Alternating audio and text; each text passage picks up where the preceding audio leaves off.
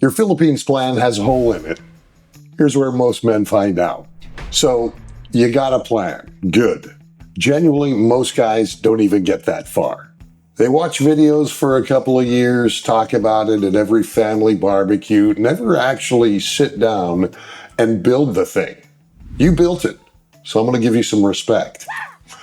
Here's what we're going to do, though. We're going to poke it a little. Not to wreck it, just to find out soft spots before the Philippines finds them for you. Because this place definitely is going to find them. It's not mean. It's not personal. This is just a conversation with a guy who's been here 4 years, doesn't need anything from you, has watched enough first year stumbles to know where they usually start. So why don't you just grab a coffee or a beer or a bourbon, depending on what time it is, where you're at, and let's walk through this thing. And look, this isn't a knock on your planning. It's just math. I'm Jerome Fisher. That's what my mother named me. My friends call me Fish, and you can do so as well. Every cost of living video that you've watched, including mine, is showing you what life looks like once it's running. Once you've got the place sorted, the routine figured out, the good market versus the overpriced one mapped out in your head. That's month 10. Year 2, that's when you hit cruise altitude. That is not year 1. Year 1, of course, is takeoff, and most of us know takeoff burns a hell of a lot more fuel. In your first year, you're making every decision for the first time with incomplete information. You don't know yet that the cheaper grocery store is actually 3 blocks past the one you've been going to. You don't know that the neighborhood that looked perfect online has karaoke bars that operate on a philosophical objection to closing time. And you don't know which repair guy actually shows up versus which one says, I'll be there Thursday, and means it in a very loose, optimistic sense of the word. You're going to make some calls in year 1 that you'd make differently in year 2. It's just tuition, but your budget needs to account for it. Add 10 to 15% on top of your monthly number for the first year, and just accept that as the cost of learning, because that's basically what it is. Now, the guys who get stressed in year 1 almost always budgeted for year 2, and then they lived year 1 instead. Don't be that guy. And while I'm thinking about it, slap a like and comment on this video. It really helps more than you realize. All right, I'm going to tell you something about the Philippines that doesn't make the best content. Reason being, it doesn't make for a great thumbnail. Stop looking at my eye. I know it's wonky. That was part of the accident. But around month 2 or 3, a lot of guys hit the wall. Not a crisis, not a disaster. Just a quiet, kind of strange few weeks where the novelty is worn off and the routine hasn't fully formed yet. And you're somewhere in the middle going, okay, now what? Well, back home, you had structure. You didn't even think of it as structure. You know, that stuff that happens every day that just kind of is there. It just happens. The general background noise of a life that's been running long enough that had familiarity. You didn't necessarily love it all, but it was there. Here, in month 3, it isn't there yet. You're building it from scratch. And that takes longer than most people expect. And in that gap, between the life you left and the life that you're building, it can get a little quiet in a way that catches you off guard. I'm not telling you this to scare you. You're not a fraidy cat anyway. I'm telling you this because the guys who know it coming in handle it fine. They treat it like weather. It moves through. The guys who don't know it's coming sometimes make hasty decisions, and they'd regret that later on for sure. Moving cities, booking a flight home, deciding the whole thing was a mistake based on a feeling that had an expiration date. Know it's coming. Have something to do with your hands during it. A project, a skill you're learning, somewhere you're going on weekends. It passes. And on the other side of it is the part where this place actually starts to feel like it's yours. This one is so boring that nobody makes a video about it, and yet I've watched it cause more short-term stress than almost anything else on any list. The U.S. bank does not know you moved to the Philippines. From its perspective, you're a normal American customer who has suddenly started running every transaction through a foreign country, and that looks like, well, it looks to the algorithm like your card's gotten stolen. So it freezes it, or it blocks transactions, or it lets, 3 things go through and then stops the 4th one at the worst possible moment. I know a guy who landed, got his accommodation, tried to pull cash, and his bank locked him out for 11 days while they verified his identity across a 14-hour time difference. 11 days, living on whatever pesos he had left in his wallet. Before you get on the plane, call the bank and tell them that you're moving, or you're just going to another country for a little while. Set up a Charles Schwab account if you don't have one already. No foreign transaction fees. They reimburse ATM charges worldwide. It works here without drama.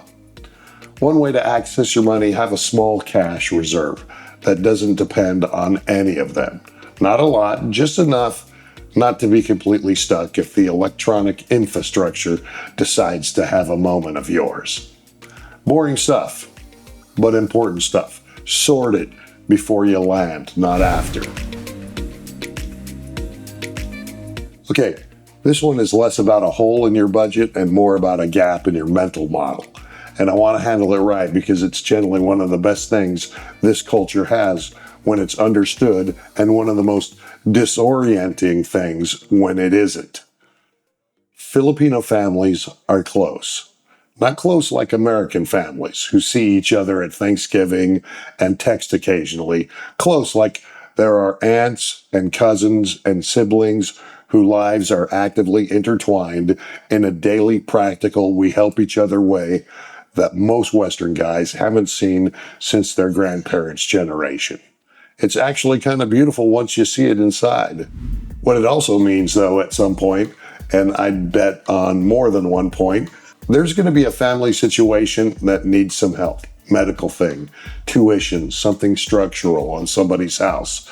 These aren't setups. This is just the culture operating normally. Family takes care of family, and eventually, your family.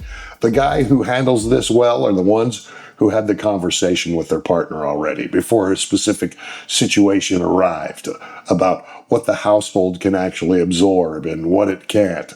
Not a defensive conversation, just an honest one. A boundary established in a calm moment, in a completely different thing from a limit you're drawing in the middle of a situation. Hell, I've got 20 family members out here right now. They're all relaxed for the weekend. I'm enjoying it. But have the conversation first, because it's going to get harder later. Here's one that's hard to budget for, but worth knowing about. Some weeks in the Philippines, things just go sideways, and they do it in bunches. The internet goes out. The repair guy doesn't show up. The government office you needed to visit today is closed for a reason nobody can fully explain. The things you ordered 2 weeks ago has not shipped, and the tracking will say it's processing. It's not. And it's hot. And it's always hot. Individually, no big deal. You've handled worse on a random Wednesday back home, but they have a way of stacking up here, especially in the first year when you don't have the local knowledge to route around it yet. And when they stack up on a week when you're already in that quiet, lonely stretch I mentioned earlier, that's when guys make rash decisions. The antidote to this is almost embarrassingly simple. Lower the urgency on everything that isn't actually urgent. Back home, stuff needed to happen on a timeline. There were consequences for delays. The clock mattered. Here, the clock is more of a general suggestion, and fighting that's genuinely exhausting and also never works.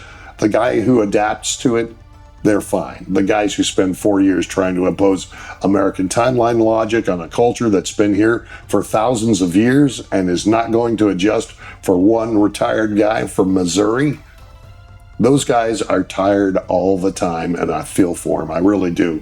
But also, they've been warned. Pick your battles. Let the small stuff be slow. Save the urgency for the things that actually deserve it. Last one, And this may be the most honest thing I can tell you. There are things about living here that you don't know yet. Not the stuff in the videos, the other stuff, the specific things about your specific situation in your specific location that nobody's made a video about because they're too particular to generalize.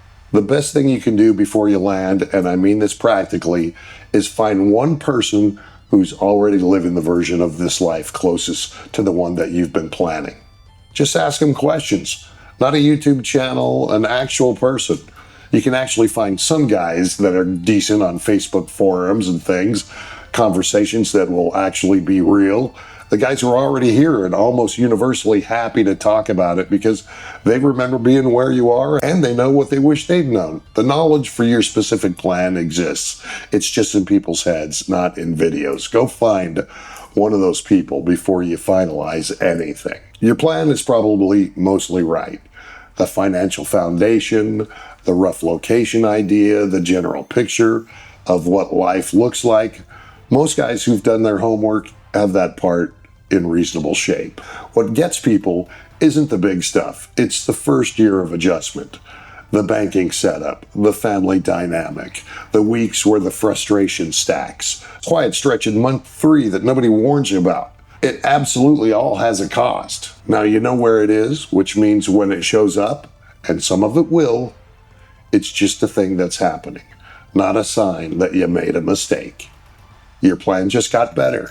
That's all that happened here. The next question is one I think a lot about, and it's got nothing to do with the plan. It's about the thing that determines more than the plan, more than the budget, and more than the location. Whether the man executing it is actually ready for what this place is going to ask of him. That's video 3, and honestly, it's the most interesting conversation of the 4. And if you missed the first 2, they're right here. Be excellent to each other, and remember, this was never about the Philippines. It's about how you show up when you get here. Thanks for watching, and we'll see you in the next one. Be sure to hit subscribe. The best stuff is still coming.